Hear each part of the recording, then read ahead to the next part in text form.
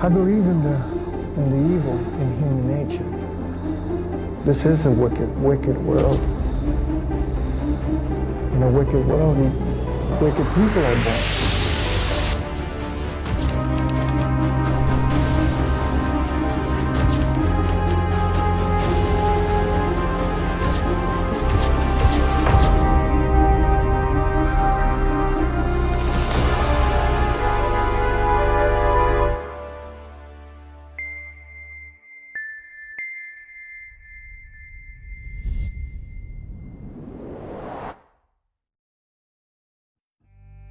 Говорят, хорошо, когда у мужа и жены есть общее хобби.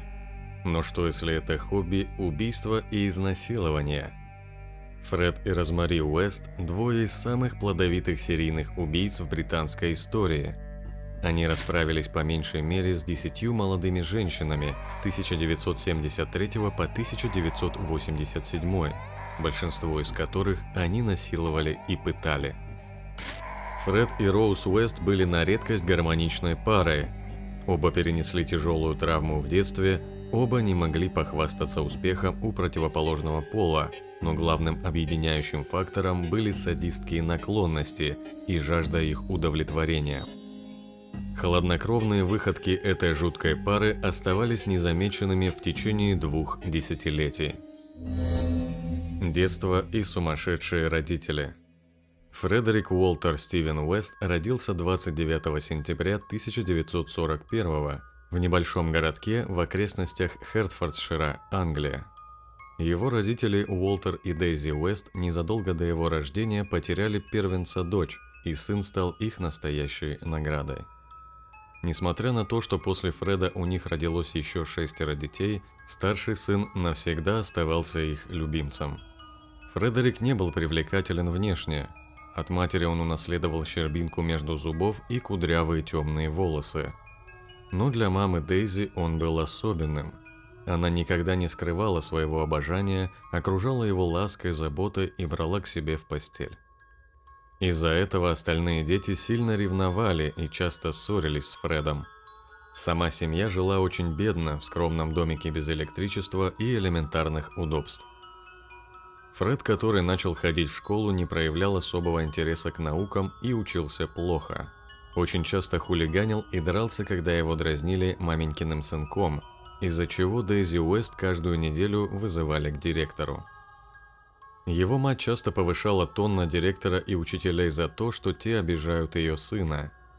Семья Уэстов жила на отшибе, и это только добавляло разговоров об их странной жизни. Глава семьи Уолтер уделял сексуальному воспитанию детей чрезмерное внимание. Когда Фреду было 8 лет, его отец показал ему, как удовлетворять свои сексуальные желания, используя овцу и свинью. Как позже вспоминал Фред, в детстве он был развращен собственной матерью и совершил инцест с одной из своих сестер. Кроме того, его отец также имел сексуальную связь со своими дочерьми, родными. По логике отца, он их создал и может делать с ними все, что захочет. Кроме этого, Фред запомнил на всю жизнь слова отца о том, что делать он может все, что пожелает. Главное, не попадаться. Взросление в такой обстановке не могло не повлиять на характер мальчика. Он вырос агрессивным в отношении противоположного пола. Фред мог начать приставать к любой девушке, на которую упадет его взгляд, невзирая на ее возраст и социальное положение. Фреду было 15 лет, когда он бросил школу. Девушки не обращали внимания на грузного Уэста, но лет в 16 все изменилось. Он вытянулся и стал более привлекательным. Однако уже будучи подростком, он начал проявлять грубость и потребительское отношение к девушкам. Когда Фреду было 17, он попал в аварию на мотоцикле и неделю пролежал в коме. После этого ему предстояло несколько операций, но полностью избавиться от последствий ДТП так и не удалось. В результате произошедшего одна его нога стала короче другой. Но самое страшное, что у Фреда начали появляться внезапные вспышки агрессии. Спустя еще 2 года Уэст упал с пожарной лестницы и провел без сознания 2 суток. Его психическое состояние сильно ухудшилось. Несколько раз его избивали в пабах за то, что он приставал к девушкам, а в 19 лет парня впервые арестовали за домогательство к своей 13-летней сестре. Китти сообщила друзьям, а те в полицию, что Уэст насиловал ее около полугода. Фред не понимал, почему на него накидываются, ведь для него тема секса была естественной. «Все же это делают», — говорил он. Но суда Фред избежал. Китти отказалась давать показания, видимо, под давлением со стороны матери. После этого случая семья от него отреклась, и Фред переехал к тете в другое поселение. Тетя Вайлет помогла ему устроиться на работу строителем. Однако поведение Фреда не изменилось. Вскоре на него сыпятся обвинения в изнасиловании 2 13-летних девочек и в краже инструмента с рабочего места. Фред попадает под суд, но его спасает доктор, приводя доказательства того, что девиантное поведение парня является следствием черепно-мозговой травмы после аварии. Так Фред избежал тюрьмы. Первый брак. В 1962 году 21-летний Фред повстречал свою старую знакомую Кэтрин Костелло, в которую давно был влюблен. Несколькими годами ранее она сбежала из города, прекратив тем самым быстротечный роман с Фредом. Девушка работала проституткой и была более известна под вымышленным именем Рена. Оказалось, что Кэтрин беременна от одного из своих клиентов, но Фреда это не смутило. Между ними завязался роман. 17 ноября того же года девушка вышла за Уэста замуж и переехала жить к нему в шотландский городок Котбридж. В 1963 году Костелло родила девочку, которую назвали Шармейн Кэрролл. Чтобы по городу не пошли слухи о полуазиатской внешности Шармейн, которая наполовину пакистанка, супруги решили сами пустить слух, что, мол, их родная дочь умерла при родах, а эту малютку они удочерили, а спустя еще год у него появилась биологическая дочь Анна-Мари. Естественно, новоиспеченный отец окружает родную дочурку любовью и заботой, когда как чужая Шармейн все больше раздражает его своим присутствием. Сам же Фред нашел себе новую работу. Он стал разъезжать фургончики, продавая мороженое детям. С удивлением Фред понял, что его новая профессия сталкивает его каждый день нос к носу с десятками молоденьких красивеньких девочек. Атмосфера в молодой семье царит не самая радужная. Фред постоянно изменяет жене, Кэтрин нервничает, пара расходится, ссорится и ревнует друг друга. В 1966 году у Фреда рождаются 2 незаконно рожденных сына от 2 разных женщин – Стивен и Гаррет. Но на самом деле детей может быть и больше. Фред никогда не ограничивал себя в общении с женщинами. Об этом периоде известно несколько фактов. Во-первых, пара могла себе позволить нанять няню. Иса Макнейт довольно хорошо общалась с Реной и характеризовала ее как заботливую мать. Об изменах мужа Рена узнала довольно быстро и тоже завела любовника. Когда же Фред застал жену в объятиях Джона Маклахлина, он попытался избить ее, но получил отпор. С этого дня Уэст часто избивал жену, о чем и рассказывал любовник Рены. Также мистер Маклахлин упоминал, что Фред был тем, кто боялся нападать на мужчин, поэтому срывал злость на женщинах и детях. Во-вторых, с обеими дочерьми Фред был жесток. Однажды он ударил Шармейн за то, что она попросила немного мороженого. Вообще девочки не выходили из своих комнат, когда отец находился дома. Им разрешалось покидать свои места только когда он уезжал на своем фургоне. Несмотря на раздор в семье, Рена и Фред не разводились. Их первая продолжительная разлука произошла только в декабре 1965 года. В тот же период Фред совершил свое первое убийство. Работая водителем грузовика с мороженым, он сбил 4-летнего мальчика. Но суд оправдал Уэста, посчитав, что это несчастный случай. Мужчина боялся самосуда со стороны местных жителей, поэтому через месяц после происшествия он взял детей и увез их в Англию. Рена присоединилась к нему только в феврале 1966 года. Здесь Фред устроился работать на скотобойню, что только усилило его тягу к крови и насилию. Кровь.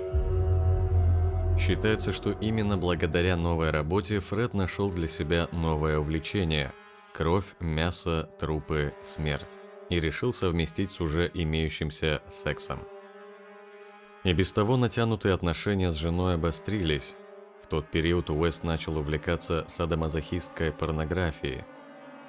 Мужчина хотел как доминировать, так и подчиняться, но его жена наотрез отказывалась участвовать в чем-то подобном. В один день Кэтрин не выдерживает и после очередной ссоры сбегает от мужа в Глазго, а когда возвращается, то обнаруживает, что Фред живет уже с другой девушкой, Анной Макфол. В 1967 году Анна забеременела и стала давить на любовника, чтобы тот развелся наконец с женой и женился на ней. Не выдержав истерик находящейся на последнем месяце беременности любовницы, Фред находит единственный верный, по его мнению, выход – убийство. В июле 1967-го девушка пропадает без вести. Набравшийся опыта на скотобойне Фред расчленил ее, не забыв отрезать пальцы на ногах и руках, чтобы было труднее опознать, и закопал неподалеку от своего дома. Только спустя 27 лет полиция обнаружит останки Анны вместе с косточками ее нерожденного ребенка. Возможно, труп Анны послужил ему и еще с одной целью. После этого убийства Фред всерьез увлекся женскими абортами, предлагая свои услуги знакомым. В своем гараже он собрал коллекцию ножей, крючков, трубок и бутылок с антисептиком. Убийство любовницы пошло на пользу семье. Фред помирился с женой, и они даже переехали в дом попросторнее. Кэтрин начала снова подрабатывать проституткой, чтобы содержать семью, а предприимчивый муж продавал ее порнографические снимки друзьям.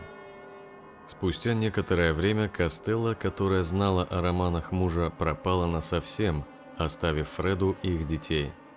Известно, что в этом же году Фред начинает проявлять сексуальный интерес к своей 4-летней падчерице Шармейн. 6 февраля 1968 года умирает мать Фреда после неудачно проведенной операции, и его жизнь снова меняется.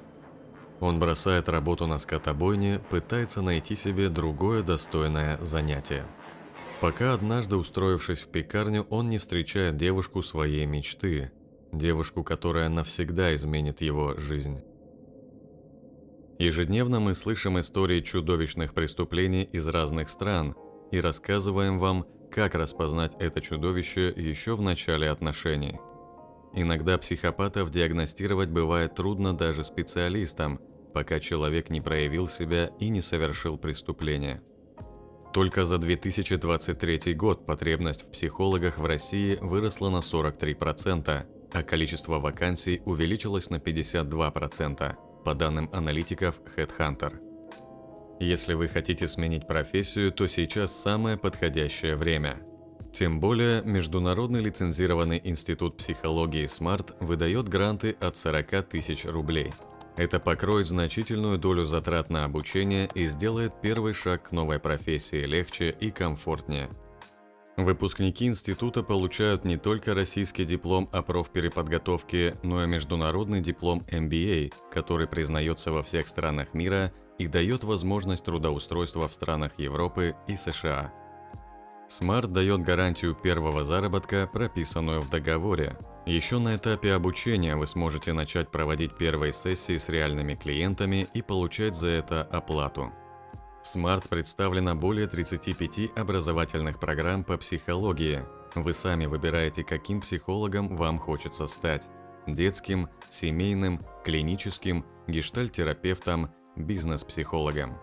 Помочь определиться с выбором вам помогут специалисты приемной комиссии института. Преподаватели в SMART тщательно отобраны и имеют кандидатские и докторские степени и стаж от 10 лет и более 10 тысяч часов консультирования. Обучение в SMART – это не только лекции, но и отработка на реальных кейсах и 400 часов практики.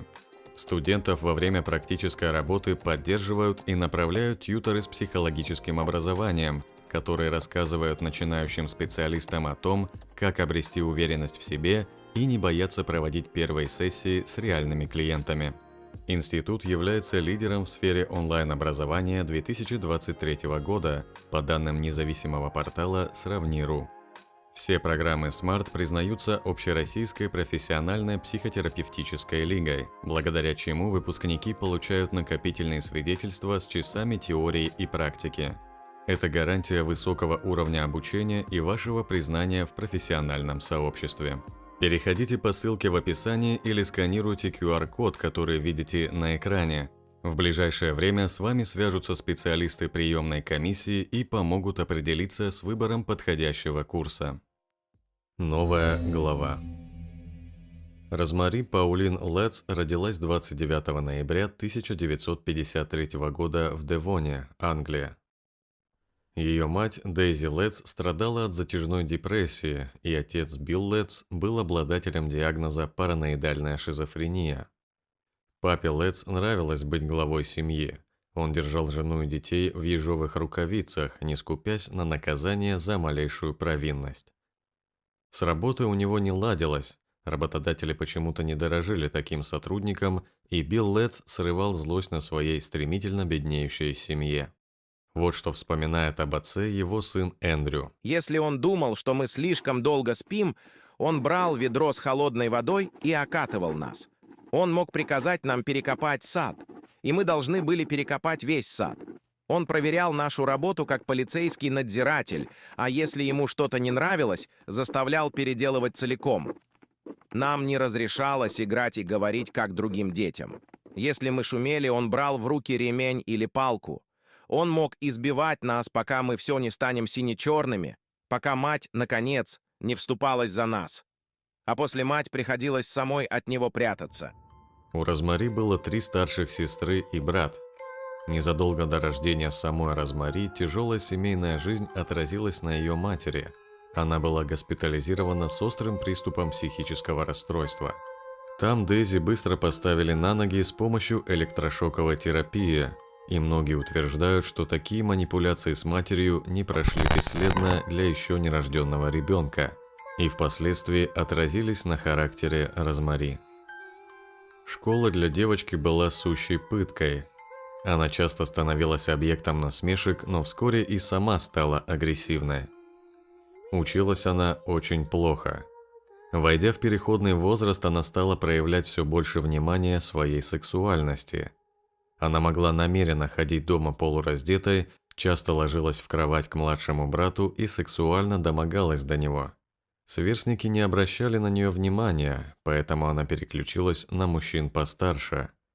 К 14 годам Розмари была уже дважды изнасилована разными мужчинами. В 1969 году ее родители развелись, и, к всеобщему удивлению, 15-летняя Розмари осталась жить с отцом. Конечно же, это породило неимоверное количество слухов об их интимной связи. Так Розмари и жила с отцом, пока однажды на автобусной остановке не встретила свою судьбу – мужчину старше ее на 12 лет, Фреда Уэста. Фред поведал новой знакомой о своей печальной судьбе, как злая жена бросила его с 2 маленькими дочерьми, и теперь он разрывается между работой и уходом за ними. Розмари с радостью согласилась помочь с этим нехитрым делом и стала частой гостьей в доме Фреда. Она подружилась с 6-летней Шармейн и 5-летней Анной Мари. Тогда же Роуз заметила, как по-разному относится Фред к своим дочерям. Младшая Анна Мари была папочкиной дочкой. Малышка даже заявляла, что выйдет замуж за папочку, когда вырастет. Анне доставалось все внимание, когда как Шармейн просто терпели рядом. Иногда Фред был даже откровенно жесток с Шармейн, поднимая на нее руку без особых причин. Фред был в восторге, что Роуз вызвалась помогать ему с детьми. Кроме того, он посчитал ее особенно сексуальной. Очень быстро они стали любовниками. Фред познакомил Розу с новым способом заработка – проституцией, и девушка полностью отдалась новому увлечению. Она приводила в дом мужчин и получала от них деньги, пока спрятавшийся за стенкой Фред наблюдал за актом соития через проделанную дырочку. Спустя время Розмари привела своего бойфренда на знакомство с родителями. Матери девушки Уэст сразу же не понравился, а когда отец Розы узнал, чем занимается его дочь, он пришел в ярость. Но Розмари проигнорировала угрозы родителей и продолжала встречаться с ним. Тогда родители обратились в соцслужбы, и девушку поместили в специальное учреждение для трудных подростков. Розмари разрешалось навещать родителей на выходных, но чаще всего это время она использовала для посещения Фреда. Учреждение для трудных подростков девушка покинула на свое 16-летие. В это время Фред отбывал срок за кражи или неуплату налогов. Срок был коротким, всего 30 дней. Как только Розмари исполнилось 16 лет, она вернулась в дом к отцу, где вскоре обнаружила, что беременна от Фреда.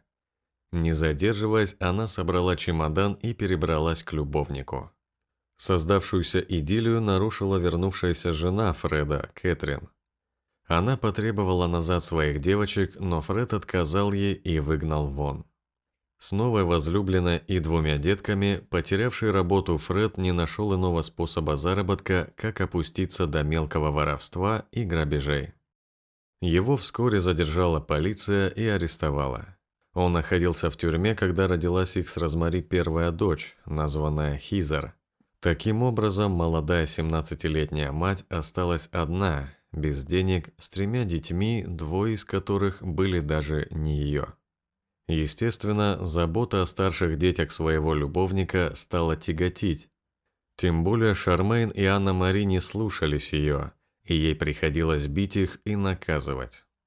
Благодаря своему садисту-отцу у нее в арсенале было много вариантов наказаний, и она пользовалась своим личным опытом вовсю. Анна-Мари рассказывала, что она и 8-летняя Шармейн старались относиться к Розмари практически как к матери, но в ответ получали жестокость.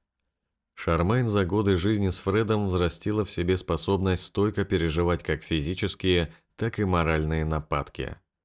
На многие провокации со стороны Розмари она реагировала крайне спокойно или же вовсе отвечала, что «мама придет и спасет меня». Поведение девочки с каждым днем раздражало Розмари все больше.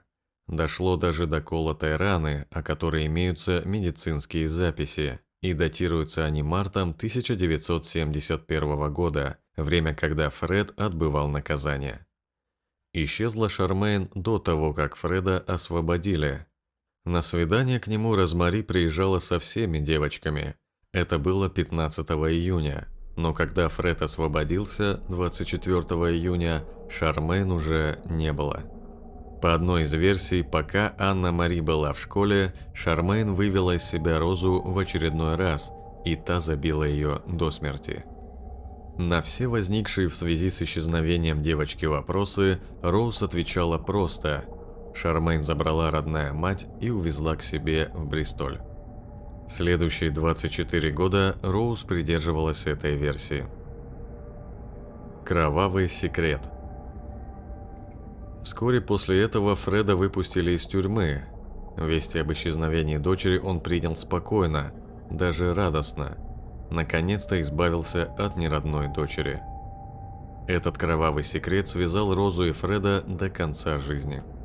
Тело девочки лежало в подвале, пока Фред не вышел из тюрьмы.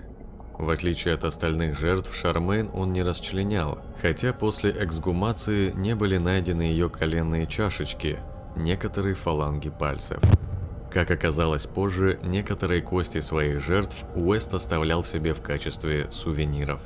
Шармейн Уэст похоронил на заднем дворе. 70-е годы Фред и Розмари провели, развлекаясь и зарабатывая деньги любимым способом. Розмари приводила в дом мужчин и занималась с ними сексом за деньги, а ее любимый сожитель наблюдал за процессом сквозь дырочку в стене. Иногда Фред фотографировал свою девушку и продавал эти фотографии в тематические журналы. Все это время в доме находились дети, которые становились свидетелями этого безобразия. Особо за малышами никто не ухаживал. Маленькая Хизер могла часами кричать в одиночестве, забытая всеми, голодная и сырая. А Анне Мари исполнилось 8 лет, и она стала объектом сексуальных фантазий своего отца. Элизабет Этьюс, соседка четы Уэстов и их секс-партнер, рассказала, что Розмари как-то упомянула, что их дочка Анна лишилась девственности, упав с велосипеда на руль.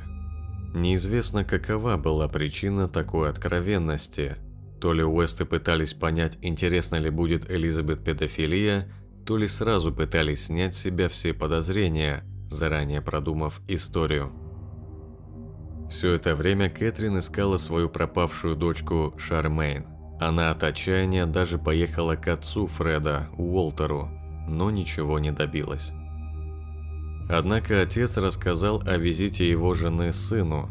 Тогда Фред решает убить ее, потому что боится, что Костелло узнает правду. По одной из версий, он пригласил Кэтрин в паб и, напоив, задушил.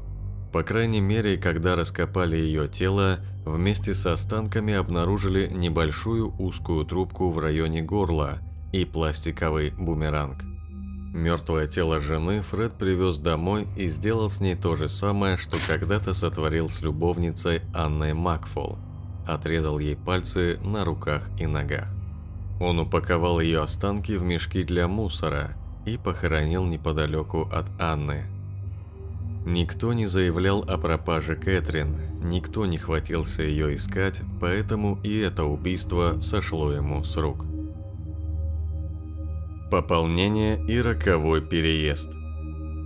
29 января 1972 года Фред и Роуз официально поженились. Их растущей семье требовалось жилье просторнее и более уединенное, чтобы продолжать зарабатывать деньги проституции, так что они сменили место жительства и поселились на Кромвелл-стрит, 25. В большом трехэтажном доме был гараж и подвал, который Фред вскоре сделал звуконепроницаемым и превратил в свою личную комнату пыток. Розмари продолжала работать проституткой в их доме, в комнате, оборудованной глазками, которыми мог пользоваться Фред, и красной лампочкой снаружи, которая горела, предупреждая детей, чтобы они не входили. Чета Уэста взяла в дом несколько молодых квартирантов, чтобы заработать еще и на сдаче жилья. Не прошло много времени, как молодые люди стали любовниками Розмари, а ее муж снова подглядывал за ними. Один из парней пригласил свою девушку для утех, познакомив с Фредом и Розмари. Ей оказалась симпатичная брюнетка Линда Гух. Фреду девушка очень понравилась, и он предложил ей работу няни, ведь в 1972 году летом Роуз родила еще одну дочку, Мэй. Детей в доме прибавилось. Неизвестно, какой конфликт между ними произошел, но Линда тоже оказалась убитой. Фред отрезал ей пальцы и коленные чашечки и похоронил в яме под гаражом. Однажды летом, в первый год жизни в новом доме, 8-летнюю Анну Мари отец и мачеха отвели в подвал. Там отец впервые изнасиловал ее. Позже Анна Мари будет вспоминать. Она смеялась и говорила мне: «Это для твоего же блага, прекрати реветь». Анну Мари несколько дней продержали дома, запрещая ходить в школу и рассказывать о случившемся под угрозой избиения. Позже отец и мачеха еще много раз насиловали девочку и издевались над ней. Дети Фреда и Роуз прекрасно понимали, что происходит в этом жутком доме. Их дочь Мэй Уэст позже дала интервью, в котором откровенно рассказала о своей жизни в те годы. Дом моего детства чаще всего был обычным, нормальным. Мы вместе смотрели телевизор, отмечали дни рождения, проводили отпуск. Мама выпекала фантастические торты. У отца был любимый мультфильм «Бэмби». Он говорил, что его сердце буквально разрывается на части, когда погибает мать олененка. Однако и Мэй, и ее сестры понимали, что их семья не такая, как другие. Но рассказывать об этом окружающим было стыдно. Кроме того, они боялись лишиться единственного дома, поэтому просто терпели все происходящее. Девочки всегда спали в одежде и охраняли друг друга в душе, потому что знали, в любой момент к ним может подойти отец. В конце 1972 года Уэсты нашли еще одну няню для себя, 17-летнюю Каролину Робертс. Пара подобрала ее на остановке. Девушка призналась, что сбежала от своего отчима, и Фред с Розмари пообещали позаботиться о ней. Взамен Каролина должна была присматривать за детьми Уэстов. Она сразу почувствовала что-то неладное, когда, прибыв в новый дом, заметила толпу мужчин, которые проходили через комнату Роуз. Но Фред объяснил, что его жена работает массажисткой и принимает клиентов на дому. Позже подозрения Каролины насчет адекватности Уэстов только усилились. Однажды Фред сказал ей, что если вдруг она забеременеет, он легко сможет сделать ей аборт. Мужчина признался, что уже делал это и не раз. По его словам, девушки были ему безмерно благодарны и даже предлагали свои сексуальные услуги в качестве вознаграждения. Каролина была такой красивой, что супруги устроили состязание, кто первый соблазнит ее. Но она отказалась присоединяться к сексуальным играм парочки, испугалась и сбежала.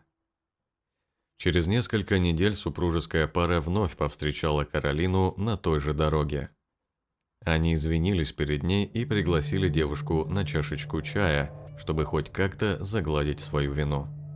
Робертс поверила в искренность бывших работодателей и согласилась поехать к ним в гости. Позже она говорила: Они говорили, что дети по мне очень соскучились. Мне не хотелось к ним садиться, но они были такими милыми, что я просто не смогла отказаться. Мы проехали 3 километра, когда Фред посмотрел на меня в зеркало заднего вида и спросил, девственница ли я. У меня сразу же ёкнуло сердце, я подумала, ну вот, снова.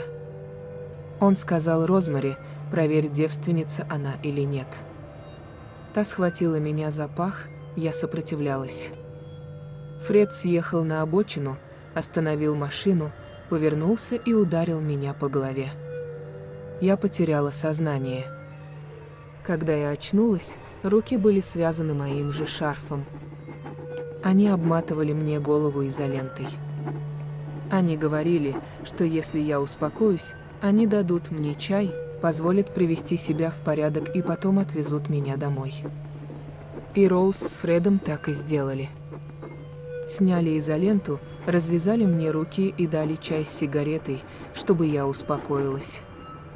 Я тогда подумала, что они поняли, что ошиблись, что я не такая, они меня отпустят. Но через несколько минут, после того, как мы допили чай, Роуз схватила меня и попыталась поцеловать в губы. Сначала Фред просто смотрел, а потом стало еще хуже. Они начали делать это вместе. Они обсуждали мои половые органы. Фред сказал, что у меня что-то не в порядке и чтобы я не волновалась, потому что он все исправит. Потом они прекратили. Снова стали меня успокаивать и говорить, что отвезут домой. Мне снова дали чай, сняли кляп. И все началось заново. Фред и Роуз связали девушку и изнасиловали. Супруги пообещали, что если она будет сопротивляться, они бросят ее в подвал, а затем позовут некоторых клиентов Роуз, чтобы те тоже могли развлечься. После Фред доходчиво объяснил девушке, что будет, если она хоть кому-нибудь расскажет. Испуганная Каролина, как только освободилась, побежала в полицию и все рассказала. Слушание по этому делу проходило в январе 1973 года. Фреду исполнился 31 год, а Розмари – 19, и она снова была беременна. Каким-то чудом Фреду удалось убедить судей, что это было не изнасилование, а секс по согласию, и его отпустили. А в августе Роуз родила первого сына, Стивена. Пораженные своим успехом в убийствах и изнасилованиях, Уэсты на радостях похищают 15-летнюю Кэрол Энн Супер, в ноябре 1973 года. Поразвлекавшись с ней, они убивают девушку, и Фред снова закапывает тело рядом со своим домом на Кромвелл-стрит, 25. 27 декабря этого же года пропадает Люси Партингтон, похищенная с автобусной остановки. Супруги пытали Люси целую неделю, а потом ее постигла судьба предшественниц. Когда полицейские обнаружат ее останки, среди них не будет хватать пальцев, левого колена, правой лопатки и 4 ребер. Между апрелем 1974 и 1975 года еще 3 девушек от 15 до 21 года будет ждать та же участь. Есть еще одно, по некоторым данным, первое преступление Фреда. В январе 1968 года пропадает молодая 15-летняя Мэри Бестхолм, работавшая официанткой в местном кафе. Она похищена с автобусной остановки, и ее тело больше никто никогда не найдет. Хотя детективы, расследующие дело об исчезновении, выходят на Уэста, прямых улик у них нет, и доказать что-либо невозможно. В 1995 году, когда в тюрьму к арестованному Фреду Уэсту придет его сын Стивен, Фред также откажется сообщать, где он спрятал тело Мэри. «Они никогда не найдут всех», — сказал Фред сыну. «Мэри?» — спросил тот. «Я никогда никому не скажу, где она». В 1977 году супруги сделали перепланировку на верхнем этаже, чтобы получилось больше комнат для жильцов. Одним из таких квартирантов оказалась 18-летняя Ширли Робинсон, бывшая проститутка. Ширли была бисексуалкой и стала поддерживать отношения и с Фредом, и с Розмари.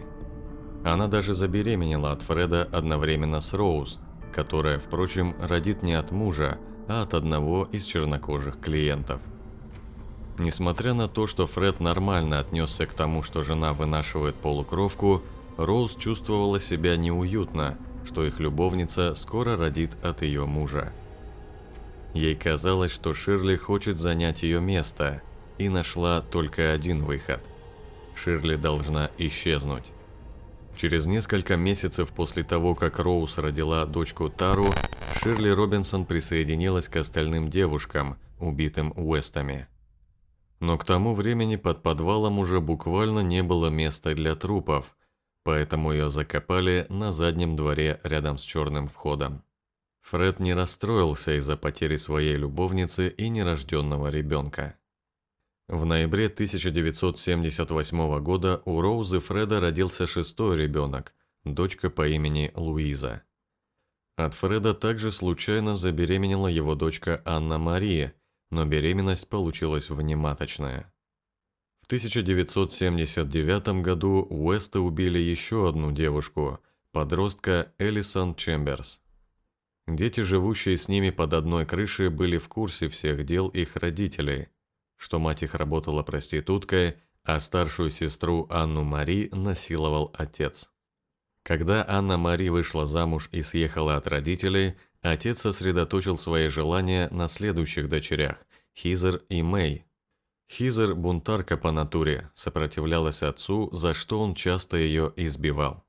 В июне 1980-го у Фреда родился 2-й сын, Барри, а в 1982-м еще одна дочь Розмари-младшая. Всего за годы брака Розмари родила 7 детей. 3 были от Фреда, 1 предположительно от ее собственного отца и еще 3 от клиентов. Сам Уэст всячески поощрял разнообразие половой жизни супруги и даже был не против того, чтобы ее отец периодически заходил в гости и занимался с Роуз сексом. Понемногу, сведенная с ума таким количеством маленьких детей, Роуз стала еще раздражительнее и агрессивнее. Дети часто подвергались физическому насилию. В 1986 году Хизер рассказала своей подружке о том, что отец ее обижает. Подружка рассказала своим родителям, которые оказались друзьями Уэстов, и жизнь Хизер внезапно потеряла всякую ценность. В июне 1987 года Хизер задушили и закопали с остальными жертвами супругов Уэст. Тело дочери перед этим Фред хладнокровно разделал, снял скальп, отрубил руки и ступни, а также коленные чашечки. Арест и суд. Лимит удачи Розы и Фреда подходил к концу. В мае 1992 года Уэстами наконец всерьез заинтересовалась полиция. Фред заснял на пленку акт изнасилования собственной дочери, которая затем рассказала об этом друзьям, а те – полицейским.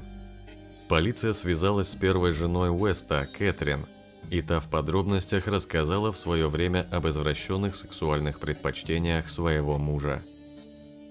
Вскоре в участок обратилась еще одна девушка, заявившая о том, что Уэст над ней надругался.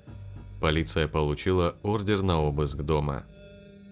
6 августа 1992 года в дом Уэстов нагрянула полиция, чтобы найти в доме следы насилия и детской порнографии. Обнаруженных улик хватило, чтобы обвинить супругов в жестком обращении с детьми, а Фреда – в изнасиловании. Детей отдали на попечение приемной семьи. Уэст стал фигурантом дела об изнасиловании, однако главные свидетели отказались от дачи показаний, а потому процесс приостановился. Полиция инициировала повторный обыск, в ходе которого были проведены раскопки во дворе в феврале 1994 года. Детективы обнаружили человеческие кости. Фред, который в это время находился под арестом, признался в убийстве собственной дочери. Однако вскоре полиция обнаружила и другие останки. Отпираться было бессмысленно. Уэст взял всю вину на себя, выгораживая супругу. Он сознался в убийстве девушек, однако отрицал факт изнасилования, утверждая, что все они добровольно вступили с ним в связь. Офицеры допросили всех членов семьи, особенно Анну Мари, которая призналась в тех ужасах, что сотворил с ней отец. Особенно полицию заинтересовала пропажа Хизер. Когда полиция обнаружила на заднем дворе кости жертв, Фред Уэст тут же признался в убийстве дочери. Он придумал целую историю о том, как он поругался с Хизер, как она ударила его первая, а он в приступе ярости случайно придушил ее. Фред был спокоен, пока пересказывал полицейским детали убийства собственной дочери, и даже спокойно покуривал сигареты. Он врал, что пытался спасти дочку, делал ей искусственное дыхание и поливал холодной водой. Он не хотел пугать семью и решил спрятать мертвое тело девочки в мешке для мусора. Но, как он сказал, она не поместилась в мешок. Тогда Фред взял колготки и еще раз придушил девочку, чтобы наверняка. «Я не хотел, чтобы она оказалась все еще жива, когда я начну отрезать ей ноги», – пояснил Фред свои действия. А потом, когда его семья заснула, он закопал тело в саду, и там ее обнаружили только спустя 7 лет. Полиция продолжила раскопки и обнаружила еще 12 тел. Роуз, в надежде уйти от правосудия, оборвала с мужем все контакты. Она была арестована только в апреле 1994 года. Ей предъявлено обвинение в 10 убийствах, Фреду в 11. Ожидая суда, Фред Уэст содержался в одиночной камере, так как полицейские опасались, что другие заключенные причинят ему вред. В канун Нового года Фред покончил жизнь самоубийством, соорудив петлю из простыни. То ли не мог больше жить без своей любимой жены, то ли спасал ее от других обвинений. По недоказанным данным, количество его жертв превышало 20. На прощание он оставил записку, в которой был нарисован надгробный камень и написано: «Светлая память. Фред Уэст, Роуз Уэст. Покойся с миром там, где не падет тень. В мире и спокойствии он дожидается Роуз, свою жену». В октябре 1995 года начался суд над Розмари Уэст. Она обошлась без адвоката и защищала себя сама. Ее признали виновной по всем 10 пунктам и приговорили к 25 годам тюрьмы. В В 1997 году ее дело пересмотрели и вынесли более суровое наказание – пожизненное. Она была второй женщиной в истории Англии, приговоренной умереть за решеткой. Первой была детоубийца Мира Хиндли. В сентябре 2001 года 60-летняя Розмари Уэст объявила всем, что она продолжает бороться с системой, чтобы доказать свою невиновность. Хотя в тюрьме женщина вполне счастливо и беззаботно проводит время. У нее своя личная комната с отдельной ванной, телевизор, радио и CD-проигрыватель. Она смотрит ток-шоу, играет в монополию, немного готовит сама и заказывает товары по почте. Она даже получила высшее образование в тюрьме. Дом на Кромвелл-стрит 25 стал известен как Дом ужасов и был снесен еще в 1996 году. От него остались только части фундамента. Судьба выживших детей Уэстов. Анна Мари Уэст в замужестве Дэвис. В то время как шли суды над ее родителями, она неоднократно пыталась покончить с собой, бросалась с моста в реку и употребляла снотворное. Все разы ее спасали. На судебных заседаниях она давала показания против родителей, а еще против своего родного дяди Джона Уэста, брата Фреда, который тоже ее насиловал. Джон Уэст позже покончил с собой, повесившись в камере до суда. В 2011 году Анна Мари сделала первое публичное заявление с критикой в адрес телевизионной драмы по мотивам истории своего отца, обвиняя киностудию, актеров и полицейских в наглом зарабатывании денег на... Моя мать Кэтрин и сестры Хизер и Шармейн – мои герои.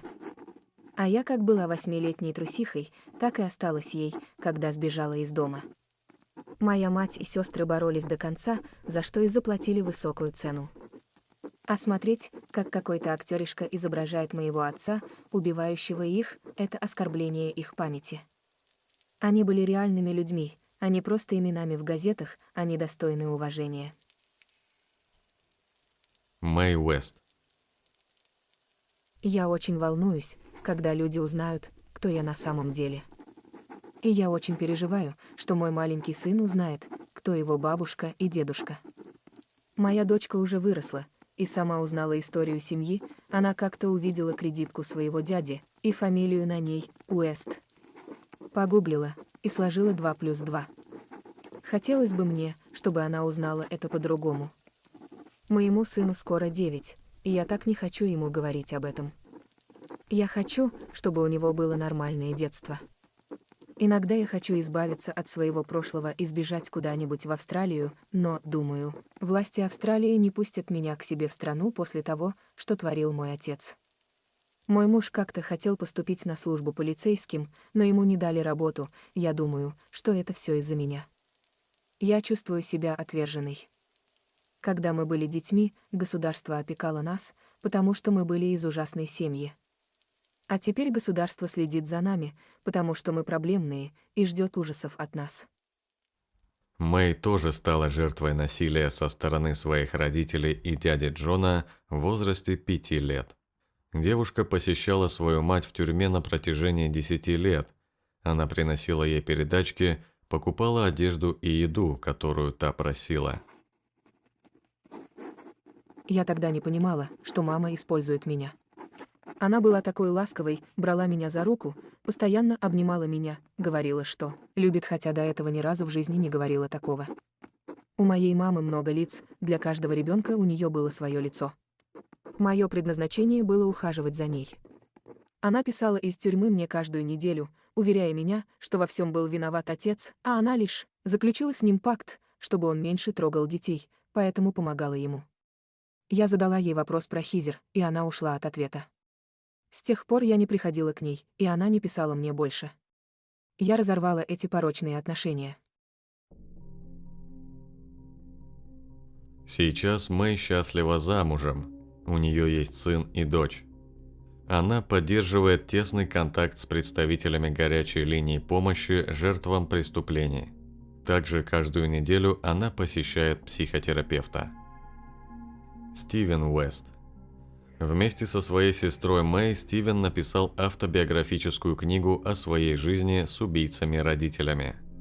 Свой гонорар от бестселлера Стивен хотел потратить, купив дом неподалеку от снесенного дома родителей и устроив там хостел-прибежище для детей, которые попали в трудную ситуацию и сбежали из дома. Стивен женат, у него есть 2 детей-близнецов. Он долгое время работал в той же строительной фирме, что и его отец, и водил грузовик отца. Я долго не мог открыть счет в банке и взять кредит. Когда я в прошлом адресе указывал Кромвелл-стрит, 25, они думали, что я прикалываюсь или просто не хотели иметь со мной дела. Когда я покупал дом и заполнял бумаги, клерк посмотрел на меня и спросил: «А ты знал, что твоя сестра была убита?» Я не стыжусь прошлого. Я не сделал ничего плохого. Службы ходят ко мне домой целыми днями и угрожают отнять детей при малейшем подозрении. Стивен признается, что у него непростой вспыльчивый характер. Полиция уже обращала на него внимание за то, что он поднимал руку на жену. В 2004 году Стивена приговорили к 9 месяцам тюрьмы за секс с 14-летней девочкой. Тара Уэст сменила имя и место проживания, родила 2 сыновей, не замужем. Из-за своего прошлого она не может найти мужа. Однажды я призналась своему парню, кто мои родители, и он тут же сбежал из дома, так он был напуган. С 1994 года Тара переезжала более 10 раз. Она признается, что несмотря на свой цвет кожи, обращались с ней хорошо. Папа Фред врал ей, что у нее была прапрабабушка, которая была темнокожей, а мама Роуз частенько баловала ее, как бы извиняясь, что она результат связи с одним из своих темнокожих клиентов. В школе Тара плохо себя вела, пытаясь выплеснуть накопившуюся агрессию на ребят и учителей. Это был крик о помощи, который все игнорировали. Когда мне было 12, моя 11-летняя сестра Луиза пришла ко мне вся в слезах. «Он изнасиловал меня», — сказала она, имея в виду отца. Когда мне было 10 лет, отец впервые показал мне порнофильм. Он назвал его образовательным.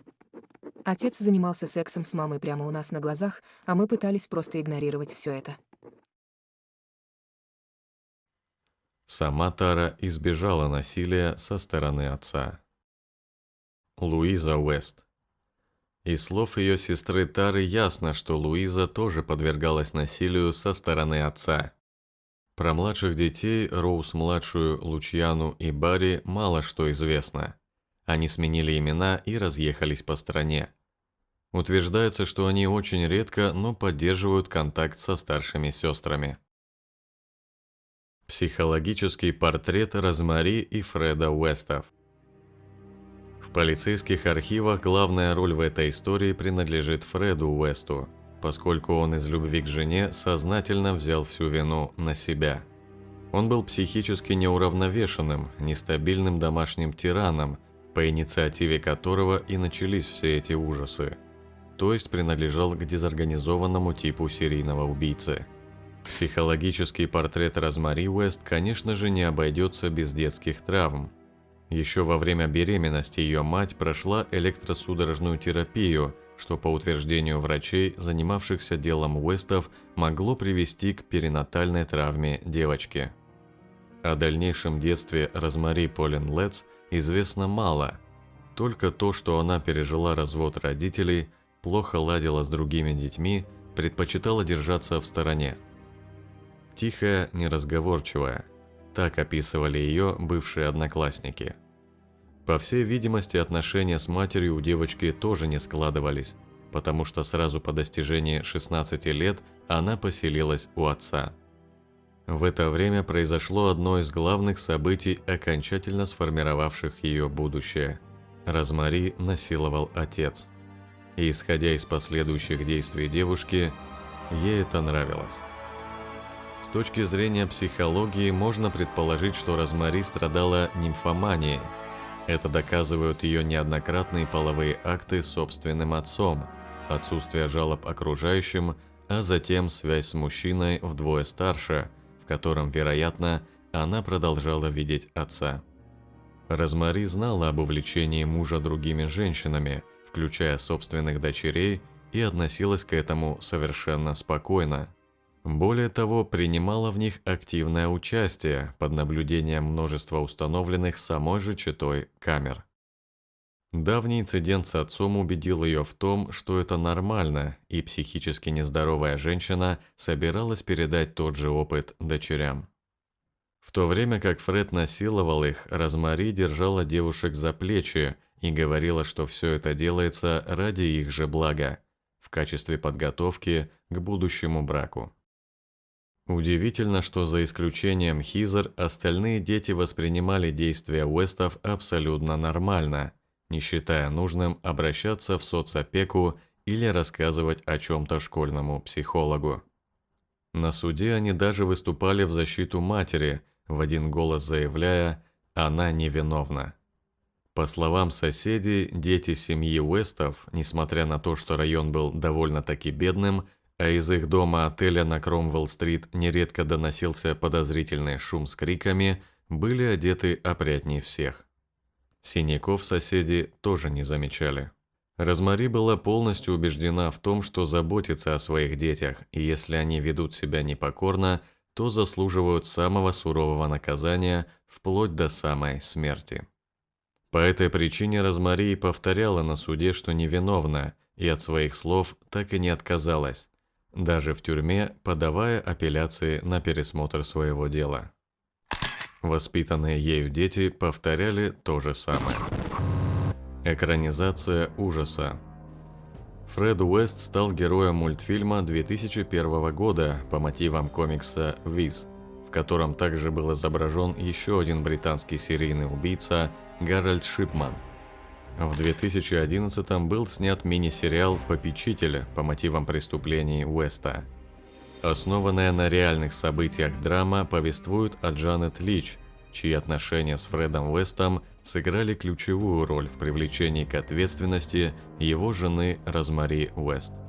Важно, это британский сериал для британского зрителя, который стопроцентно знает про пару Роуз и Фред Уэст, чья история гремела на всю страну. Также в ленте есть книга их дочери Мэй Уэст, рассказывающая о жизни в адском доме.